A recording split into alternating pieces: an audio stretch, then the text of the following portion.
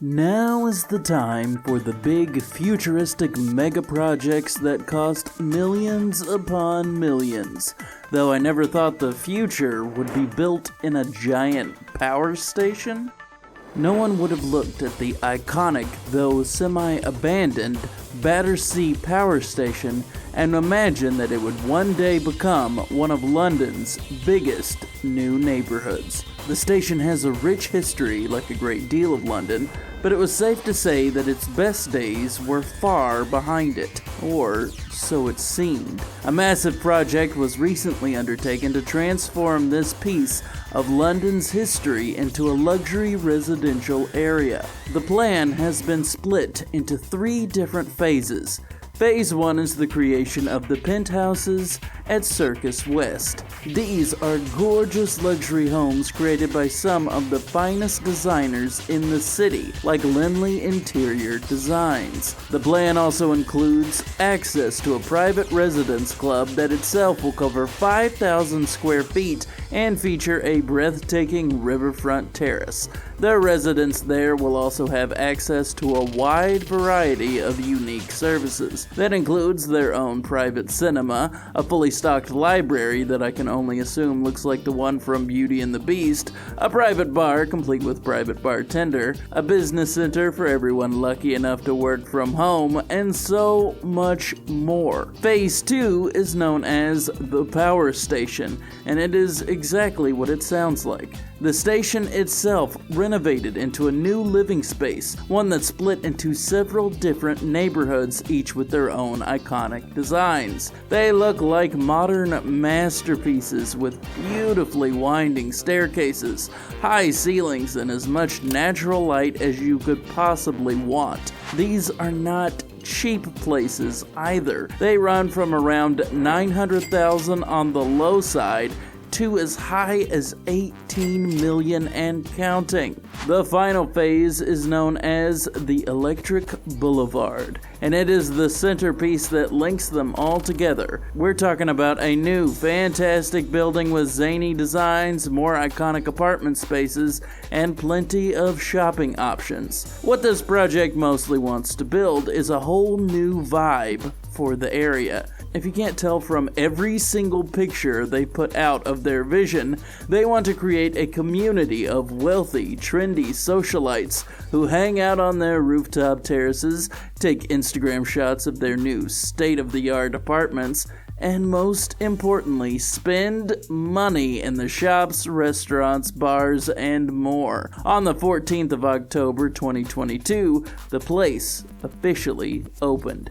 It featured 254 flats, a host of restaurants, bars, open offices, and several incredible shops. As you might expect, plenty of influencers and reviewers have already given their take on London's new net for the city's richest. So far, the takeaway is that this area is exactly as promised. Now they just gotta keep it up. While most people have gazed starry-eyed at this wonderful new neighborhood, others have criticized it as a playground for the rich, which is exactly what they had in mind. Very few of the living areas are considered to be affordable homes. Remember, some of these homes are worth tens of millions, yet not exactly affordable. Overall, this project is succeeding in its goal to take an already iconic part of London and give it a new lease on life.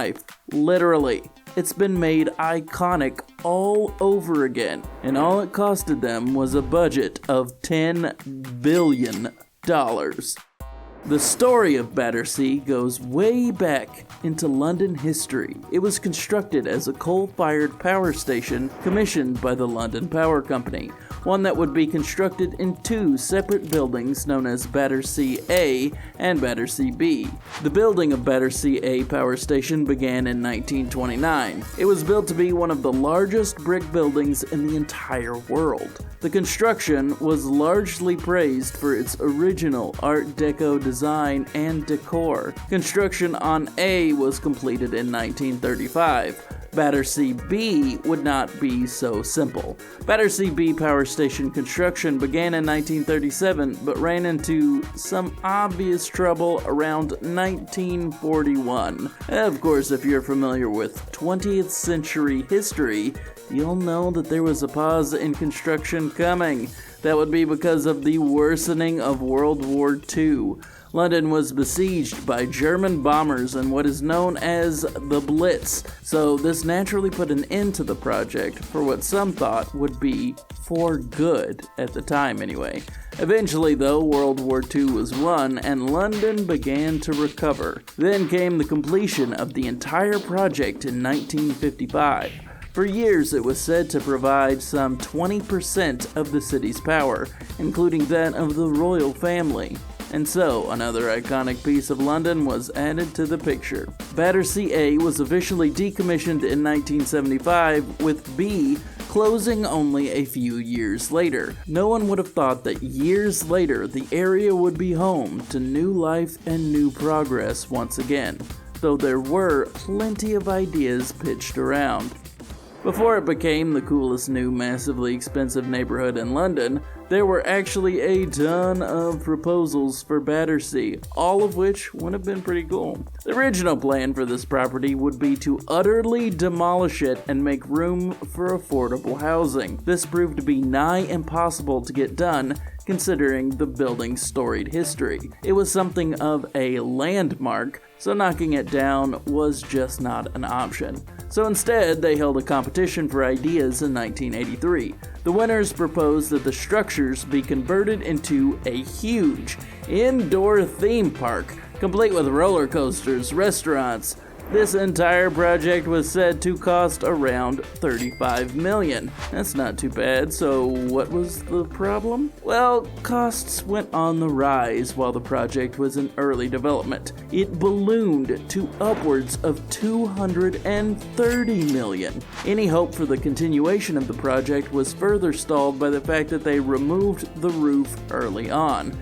If you didn't know this, London is kinda well known for its rain, so the roofless Battersea was frequently hit with flooding. This caused a great deal of damage to the building and ultimately destroyed any chance of this project ever becoming a viable business. From there, it bounced between being a potential hotel, an office space, and even a new stadium for Chelsea to play in. One of the most ambitious plans was to turn it into London's newest night spot. The company was prepared to invest over $1 billion into building a ton of bars, restaurants, nightclubs, and cinemas in the location to turn it into the coolest spot to hang out in the city. Ultimately, though, this one proved to be so ambitious and expensive that it looked like it would actually overshadow the iconic power station, which kinda defeats the purpose of building there. So another one bites the dust. Basically, if a business was ever cool or trendy, someone suggested that Battersea would make a good location for it. It's kind of shocking that this didn't become the world's biggest Starbucks. In the time between its primary function as an electric power plant and its rebirth as a neighborhood of the future, it made a surprising mark on popular culture. Perhaps the most famous mark on popular culture Battersea has made is its inclusion in one of Great Britain's finest band's albums. That would be Pink Floyd. Specifically, the cover art for their album Animals. As a special part of its history, a flying pig was attached to the power station. Known as Algie the Inflatable Porker, this stunt ended up causing serious problems for the city. It broke free of its line during the photo shoot and floated all the way to Kent, causing planes to have to be grounded. Now it's been made into something of a protest symbol and a huge piece of the band's history. They have even had Pink Floyd concerts and laser shows there, commemorating the moment. It was also commonly used as a location for various films. Those include a ton of my personal favorites, it turns out. Children of Men, Rock'n'Rolla, 1984, Richard III, The Meaning of Life, and Superman 3 are all a few examples of this power station's place in Hollywood history. My favorite film it appeared in was none other than Christopher Nolan's Batman classic, The Dark Knight. I don't know if I want to move into this place so much, or if I just want to take a selfie that looks like I'm Batman from The Dark Knight. I mean, I guess I could do both.